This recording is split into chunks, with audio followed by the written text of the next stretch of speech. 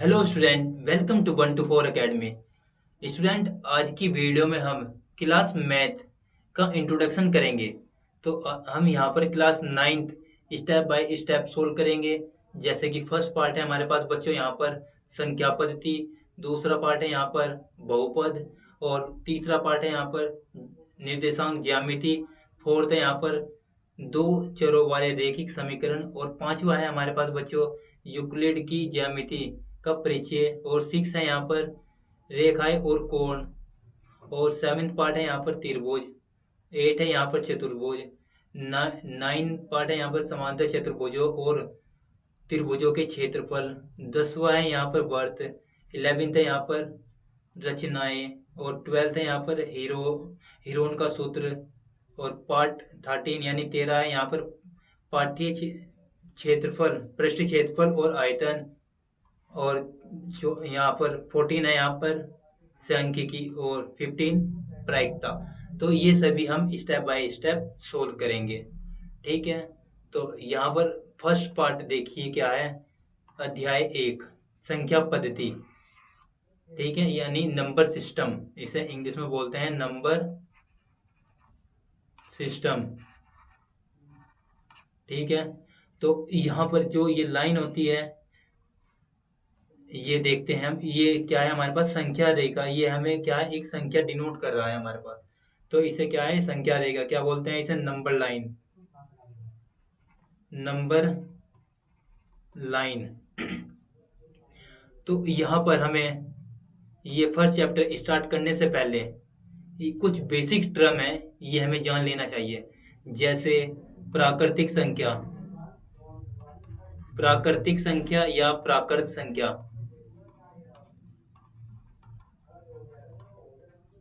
ये क्या होता है, इंग्लिश में होता है नेचुरल नंबर। नेचुरल नंबर, ये क्या होता है हमारे पास, जैसे बच्चों देखिए 1 2 3 4 5 6 7 8 9 and up to so on, यानी हम इस तरह से प्राकृतिक संख्या डिनोट करते हैं। एंड नेक्स्ट है हमारे पास यहाँ प्राकृतिक संख्या है, और इसके बाद पूर्ण संख्या।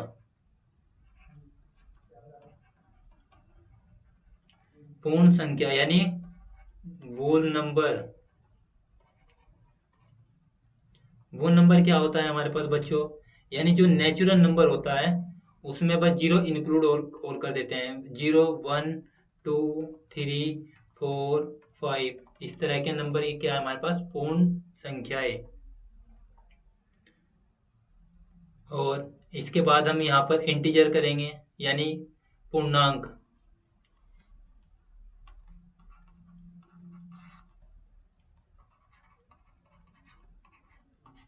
पूर्णांक संख्या यानी इंटीजर। ये क्या होता है, यहाँ पर देखिए आप, इसे हम कैसे डिनोट करते हैं। जैसे ये हमारे पास एक नंबर लाइन बनाते हैं हम,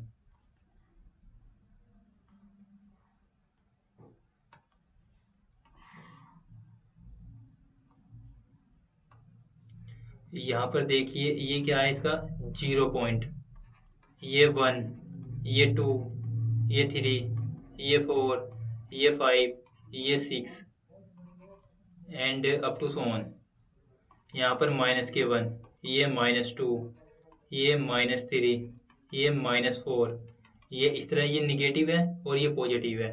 ठीक है, इसे संख्या रेखा बोलते हैं।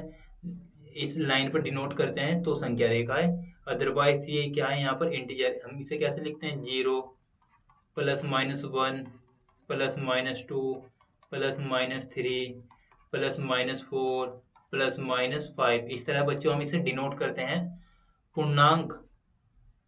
ठीक है, पूर्णांक संख्या यानी इंटीजर को हम ऐसे डिनोट करते हैं। इसमें जीरो भी होता है, +-1 होता है बच्चों, +-2 होता है, +-3 and up to so on, यानी आगे तक ऐसे ही नंबर आते जाएंगे। अब यहाँ पर हम एक चीज और नोट करते हैं, जो ये है हमारे पास, इन्हें बोलते हैं हम धनात्मक, धनात्मक पूर्णांक, यानी पॉजिटिव इंटीजर। ठीक है, और जो इस साइड के नंबर होते हैं इन्हें बोलते हैं हम ऋणात्मक इंटीजर यानी निगेटिव इंटीजर।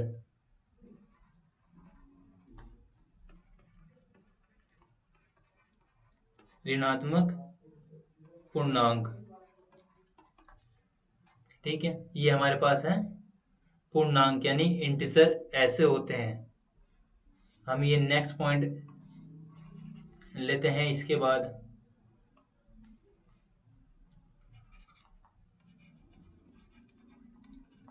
रेशनल नंबर यानी परिमेय संख्याएं।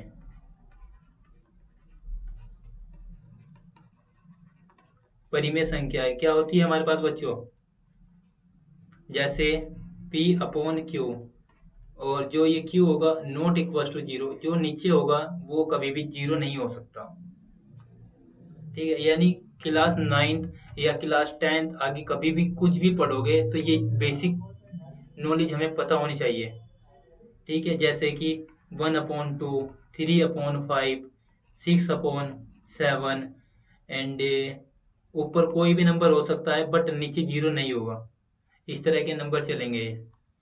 ये रेशनल नंबर है यानी परिमेय संख्या है हमारे पास। ठीक है, परिमेय संख्याएं।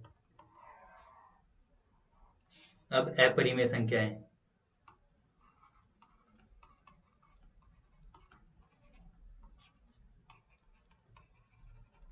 अपरिमेय संख्याएं यानी इरेशनल नंबर। इरेशनल नंबर ये क्या होते हैं हमारे पास बच्चों? ये रूट में आएगा, जैसे √2, √3, √5, √7 and up to so on. ठीक है, ये जो अंडर रूट के अंदर आते हैं इसे अंडर रूट बोलते हैं, रूट। ठीक है, ये क्वेश्चन हमारे पास सेम क्लास टेंथ में सिद्ध करना होता है यानी प्रूव करना होता है कि ये अपरिमेय यानी इरेशनल नंबर है, अपरिमेय संख्याएं हैं। इन्हें हम 10th क्लास में प्रूव करते हैं। बस यहाँ पे तो हमें बस बताना होता है कि ये परिमेय है या अपरिमेय है। अगर हमें यहाँ पता होगा तो हम 10th क्लास में इजीली बता सकते हैं। ठीक है, और फिर हमारे पास वास्तविक संख्या है। वास्तविक संख्या यानी रियल नंबर। रियल नंबर हमारे पास क्या होता है बच्चों? यानी सभी सारे नंबर, जैसे 1, 2, अब पॉइंटों के नंबर भी आएंगे और अंडर रूट के भी नंबर आएंगे, 2/3, 5/6, इस तरह के। यानी रेशनल नंबर, वास्तविक नंबर, जितने हमने अभी तक सभी नंबर पढ़े हैं वे सभी क्या होते हैं हमारे पास? वास्तविक यानी रियल नंबर होते हैं। ठीक है, और कॉम्प्लेक्स नंबर यानी सम्मिश्र संख्याएं, वे आपके सिलेबस में नहीं है। 11th यहाँ पर 9th और 10th में, 11th में जाके उनका डिस्कस करेंगे। ठीक है, होते क्या है हमारे पास कॉम्प्लेक्स नंबर? बस यहाँ बेसिक नॉलेज के लिए बता देते हैं हम आपको। जैसे x+i(y), ये हमारे पास जिसमें आयोटा होगा इसे क्या बोलते हैं? आयोटा। आई यानी आई से रिप्रेजेंट करते हैं इसे, रिप्रेजेंटेशन बाय आई। ठीक है, ये हमने सभी नंबर यहाँ पर पढ़ लिए हैं, ये हमें पता भी होना चाहिए।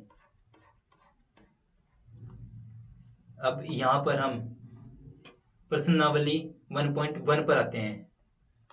ठीक है, ये एक्सरसाइज स्टार्ट करने से पहले इसलिए हमने डिस्कस किया ताकि यहाँ पर एक्सरसाइज को हम इजीली सोल्व कर सके।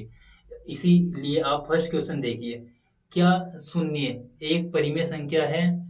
क्या इसे आप P/Q के रूप में लिख सकते हैं? जहाँ P और Q पूर्णांक है, यानी पूर्णांक का मतलब है यहाँ पर इंटीजर है। इंटीजर यहाँ पर जैसे कि क्या है, ये P और Q तो हमारे पास क्या होंगे? +-1, +-2, +-3, इसके बारे में बात चल रही है। अगर आपको पता होगा तो आप यहाँ पर जाएंगे। और ये क्या पूछ रहा है कि जीरो, शून्य क्या है यहाँ पर, जीरो। जीरो एक परिमेय संख्या है या नहीं पूछ रहा है ये क्या। तो यहाँ पर देखिए आप, 0/1 या 0/5 या 0/ समथिंग, यहाँ पर कुछ भी नंबर लिख सकते हैं हम। ठीक है, तो ये देखिए, इसे हम क्यू से, ये ये ये पी एंड ये क्या है क्यू, अगर हम इसे इस फॉर्म में तो आराम से लिख पा रहे हैं, P/Q की फॉर्म में लिख पा रहे हैं। ये फॉर्म हमने कहाँ पढ़ी है, यहाँ पर देखिए आप, P/Q की फॉर्म कहाँ, ये रही, परिमेय संख्या यानी रेशनल नंबर, ये पढ़ा है हमने। अगर हमें पता है तो P/Q इस तरह के नंबर लिख सकते हैं हम इसे। ये 0/1, 0/5, इस तरह से ये नंबर बनते हैं। ठीक है, ये क्या है हमारे पास, रेशनल नंबर। अगर हमें ये बेसिक जानकारी पता है तो हम अपने क्वेश्चन का जवाब दे सकते हैं। यहाँ पर हम इसे इस फॉर्म में लिख सकते हैं, जीरो को 0/1, 0 ये, क्योंकि इसकी वैल्यू तो जीरो ही रहेगी ना। ठीक है, इसे हम कैसे लिख सकते हैं, 0/1 लिख सकते हैं, तब भी तो जीरो ही है। तो हम जीरो को P/Q के रूप में लिख सकते हैं, इसीलिए शून्य एक परिमेय संख्या है। तो इसे क्या बना देंगे, हाँ ठीक है। Question number 1 and question number 2 है हमारे पास, 3 और 4 के बीच में 6 परिमेय संख्या ज्ञात कीजिए। 3 और 4 के बीच में 6 परिमेय संख्या क्या होगी बच्चों, यहाँ पर देखिए आप, क्वेश्चन नंबर 2 है हमारे पास, 3 और 4 के बीच में 6 परिमेय संख्या ज्ञात कीजिए। हम इसे कैसे ज्ञात करते हैं, हमें कितनी फाइंड करनी है यहाँ पर, यानी कितनी परिमेय संख्या बतानी है, 6। तो हम इसे कैसे करेंगे, 6+1, हमेशा यहाँ पर एक 1 ऐड करके चलना है। तो ये कितने हो गए, 7। जो ये 7 आएगा, यहाँ पर देखिए आप, 3, 7 से ऊपर नीचे यहाँ पर मल्टीप्लाई कर दो, 7/7, 3 7 या 21, नीचे 7, इसके नीचे कुछ नहीं है तो 1, यहाँ पर 4 है, 4 के नीचे कुछ नहीं है तो 1 इंटू 7/7 से ऊपर नीचे मल्टीप्लाई, यानी जो नंबर यहाँ पर, अगर 6 निकालनी है तो 6 में 1+1 करेंगे, 7 आ गया, 7 को ऊपर नीचे मल्टीप्लाई की, तो यहाँ 7 चौक 28/7। तो यहाँ पर हम कैसे लिखेंगे इसे, 21/7, 28/7।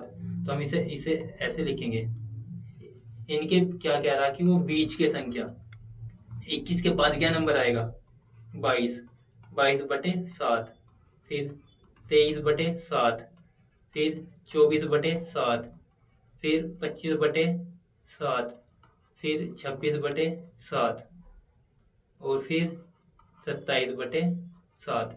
तो 21 और 28 के बीच की, यानी यहाँ पर देखिए 21/7 और 28/7, जो चीज़ हमने निकाली है इसे छोड़ दो, इसके बीच के, क्योंकि यहाँ पर क्वेश्चन में बीच आया है, तो इसके बीच के नंबर ये होंगे।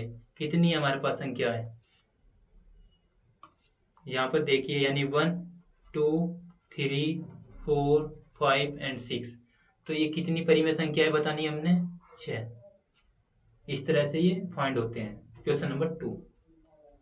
नेक्स्ट क्वेश्चन देखते हैं बच्चों, क्वेश्चन नंबर 3 हमारे पास, 3/5 और 4/5 के बीच में 5 परिमेय संख्या ज्ञात कीजिए। यहाँ पर कितनी बतानी है, 5। तो 5+1 कितना हो गया, 6। अब 6 से ऊपर नीचे मल्टीप्लाई करेंगे इसमें, 3/5 क्या करना है, 6 से ऊपर नीचे मल्टीप्लाई, 3×18, नीचे 5×30, फिर ये नंबर लेते हैं 4/5 गुना 6 से ऊपर नीचे मल्टीप्लाई दोनों संख्याओं में, 6×4 = 24, ये 5×30। तो 18 और 24 के बीच के नंबर लिखते हैं। 18 के बाद क्या आता है, 19, 19/30, 20/30, 21/30, 22/30, 23/30। तो यहाँ पर देखिए आप, 1, 2, 3, 4, 5, हमें कितनी फाइंड करनी थी यहाँ पर 5, तो ये 5 हमारे पास परिमेय संख्याएं होगी। ठीक है, नेक्स्ट क्वेश्चन देखते हैं। क्वेश्चन नंबर 4 है हमारे पास बच्चों। यहाँ पर नीचे दिए गए कथन सत्य है या असत्य है, कारण के साथ अपना उत्तर दीजिए। यहाँ पर देखिए, प्रत्येक प्राकृतिक संख्या, जो प्राकृतिक संख्या है एक पूर्ण संख्या होती है। प्राकृतिक संख्या आप लोगों ने पढ़ी है, जैसे 1 2 3 4 5 6 इस तरह की है कि प्रत्येक प्राकृतिक संख्या एक पूर्ण संख्या होती है, क्योंकि ये इसमें कंटेन करे। एक पूर्ण संख्या क्या होती है हमारे पास? 0 1 2 3 4 5, ये सब सारे प्राकृतिक संख्या पूर्ण संख्या होती है। ठीक है, तो इसलिए ये क्या है? हाँ, यस, ये क्या है हमारे पास? सत्य है। सेकंड पार्ट देखते हैं, ये फर्स्ट पार्ट था, सेकंड पार्ट देखते हैं। प्रत्येक पूर्णांक, यानी जो पूर्णांक आप लोगों को पता होना चाहिए, जैसे 0 +- 1 +- 2 +- 3 इस तरह से होते हैं। एक पूर्ण संख्या होती है। पूर्ण संख्या क्या है? ये है हमारे पास 0 +- 1, ये 1 2 3 4। क्या ये सभी इसमें होंगे? नहीं होंगे, क्योंकि इसमें हमारे पास 0 और प्लस वाले तो आ जाएंगे, बट हमारे पास माइनस वाले नहीं आएंगे ना। ये -1 -2 -3 -4 इस तरह के नंबर ये इसमें नहीं जाते। ठीक है, इसलिए क्या है? असत्य है। फिर तीसरा पॉइंट है यहाँ पर, प्रत्येक परिमेय संख्या, जो परिमेय संख्या है पूर्ण संख्या होती है। परिमेय संख्या देखिए हमारे पास कैसी होती है? P/Q के रूप की होती है, और जिसमें Q नॉट इक्वल टू 0 होता है। तो जैसे 1/2 होगा, ये क्या हमारे पास पूर्ण संख्या होगी? क्या ये इसमें 0 1 2 3 इसमें कंटेन कर रहा है? नो। ठीक है, तो ये भी क्या है हमारे पास? असत्य है। ठीक है, आई होप आपको ये क्वेश्चन समझ आए होंगे, और बाकी क्वेश्चन हम इसके नेक्स्ट वीडियो में सोल्व करेंगे। एक्सरसाइज 2.1 2.2, ठीक है, 2.3, ये सभी हम नेक्स्ट वीडियो में आगे सोल्व करेंगे। And thanks for watching my YouTube channel.